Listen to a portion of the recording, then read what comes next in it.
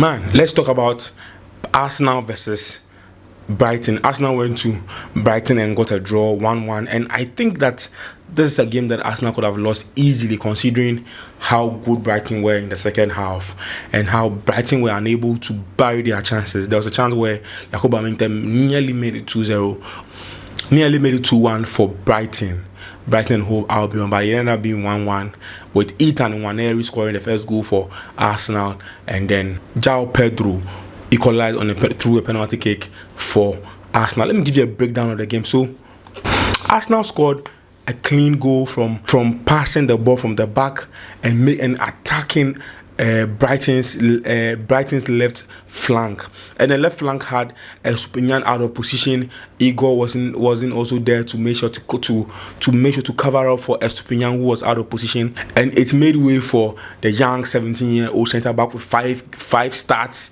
this season and 5 goals to his name. And many Arsenal fans are not really missing the impact of Bukayo Saka, because Ethan Nwaneri, the half Nigerian, half English boy, stepped up for Bukayo Saka and he scored a clinical goal, a neatly taken goal for Arsenal to take the lead at 1-0 at the Amex Park. We must say that it was also pretty terrible goalkeeping from Verbruggen, because there wasn't any special technique about the shot that he couldn't see. So I'm asking myself, why did Verbruggen lose, or why couldn't Verbruggen save this? It was easy to save than easy to let it get into the post, but he couldn't save, and Arsenal had the one goal. Let's give all credit also to Ethan Nwaneri. People are already saying he is Saka regen, and when you watch him with the ball, you can see a bit of Saka in him. You can see how he wants to dribble a player, create chances, score goal, and now he's playing in Saka's absence, and he was really good on the day. And the aura he carries around him, the aura with which he takes the ball, the aura with which he wants to hurt the opponents, his aura is so strong for a 17-year-old. But I'm looking at him the next 10 years dominating English football, playing very well, because all he has to do is avoid injuries and learn from Bukayo Saka, and this guy is going to be a real top gem. You know what? A lot of Arsenal fans were worried because Bukayo Saka was injured, and Raheem Sterling too is injured. So people were thinking who was going to play the wing side and who was going to play on the flanks for Arsenal. And there steps a 17-year-old player, plays in Bukayo Saka's absence, gets a big goal for Arsenal. And when Sterling and Bukayo Saka were away, he was given the opportunity and he really made sure he had an impact.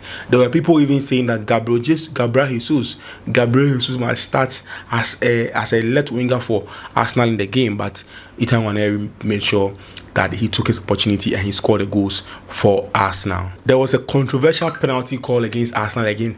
And when Arsenal played against Brighton at the Emirates Sports Stadium, there was also a controversial red card decision when Rice had a red card in that game, and then ended up being 2-2 at the Emirates. And in this game too, I don't know whether it was a penalty kick, because you could clearly see that Saliba was trying to clear the ball, but he ended up heading João Pedro. Or when his head hit João Pedro, the referee called for a penalty, and oh my God, Mikel Arteta said that he hasn't seen something like that in his entire footballing career and coaching career. And for me, I haven't seen such a thing before. But if a player heads his opponent in a penalty box like that, I think it's not really head crashing at this point, because it's a bit dangerous.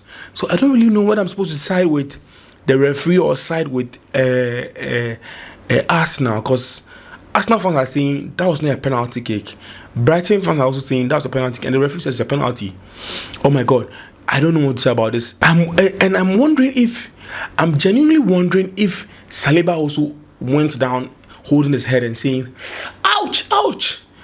Would the referee have given that a penalty kick? It's something I've been asking myself, because, well, I can't tell, but the referee gave that a penalty kick, and in some way, something that I've been asking myself is, it's a penalty I've never seen before. I'm not saying this is something that they should not give.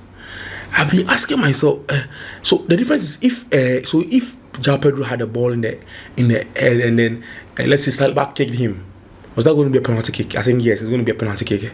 So maybe I think it's a penalty kick, but I'm not really so sure. But it ended up going against Arsenal, and Arsenal considered this penalty kick, and João Pedro went on to score an important equalizer for Arsenal, for an important equalizer for Brighton. And Brighton grew so strong in this game that, oh my God, they could have even scored or even beaten Arsenal. It was scary at a point.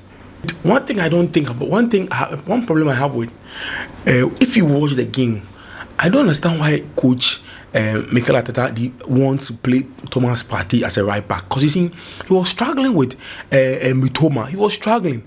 He wasn't able to hold Mitoma in the game, and that's not his position. That's not Thomas Partey's position, not a right back. Why do you insist to play Thomas Partey as a right back? I understand that Julian Timber is suspending himself, but try and put a face, because you see, if Thomas Partey was in the middle of the park today, I'm sure Arsenal would have gotten a win. Would have gotten a simple win for themselves, because they had clearly drifting out of the Premier League race. They are drifting off. You get it? So I don't understand why he consistently insists to play Thomas Partey, your best midfielder, at your right back. It doesn't make sense to me. When Brighton equalized, he brought on Odegaard. I can't understand why he brought on Odegaard, because Odegaard was not much fit. He was half fit. He wasn't strong enough. He couldn't run. He couldn't make any decisive impact. There was close to zero performance from Martin Odegaard. And you brought him in. He didn't help the team, and the team was also struggling. And the saddest thing of all is he came on for Jorginho, and Jorginho was also out of sorts. Oh my God, Jorginho was everywhere. You could see Jorginho doing nothing on the ball. Out of possession, he was nothing. In possession, he was nothing. And you're asking yourself, what does Jorginho bring to What does Jorginho bring to that Arsenal setup? Why don't you just get a right back, get a defender, bring in Lewis Kelly, play Thomas Partey as a defensive midfielder, and let the team tick. The team was not tickling. This is one of the worst Arsenal performances I've watched in a long time, because they could have easily lost their 3 points. Trossard was also very poor. You don't know what he asked to the game. Martinelli was all over the place. And Gabriel Jesus, as for him, he's one player that you can't even depend on, because he's always inconsistent. He can't maintain his run of form. Oh my God, Gabriel Jesus. And Arsenal that used to play possessive brand of football, that play fluid football, has become so boring to watch. Somebody wrote on Twitter and said they have become like a Serie A team. They don't play any good football. They're just waiting for a corner kick to come in, head in and score. Look, this Arsenal team is worse off than what we saw last season. Arsenal last season played good football, scored goals, and look, they are struggling. They are really struggling. They don't have Kai Havertz to bang in the goals for them, and Gabriel Jesus too is inconsistent. Bukayo Saka is injured. I understand, but at least give your fans some free-flowing football. It is not even scary to say that if Brighton had a bit more care of the ball, they would have beaten Arsenal by 2 or 3 goals to 1. Yes. So in the end, it was really a fair result, to be honest. It's a fair result, to be honest, considering the penalty kick and considering how Brighton physically bullied Arsenal in the second half, and an injury-struck Arsenal got a draw at Brighton. I mean, considering Man City wasn't able to get a win at Brighton, I mean, it's not a bad result. And Brighton away at the Amex is a really tough result, and I think that they should just get their team back together and come back again and win. They can't win this Premier League, because Liverpool cannot play this at this level for the entire season. They will draw points. Liverpool will draw points, and Arsenal must make sure that they can compete. The Premier League is just 20 matches, and we have 18 matches to go. So, Charlie, guys, let me know what you think about this in the comment section. The best years to come. Bye for now.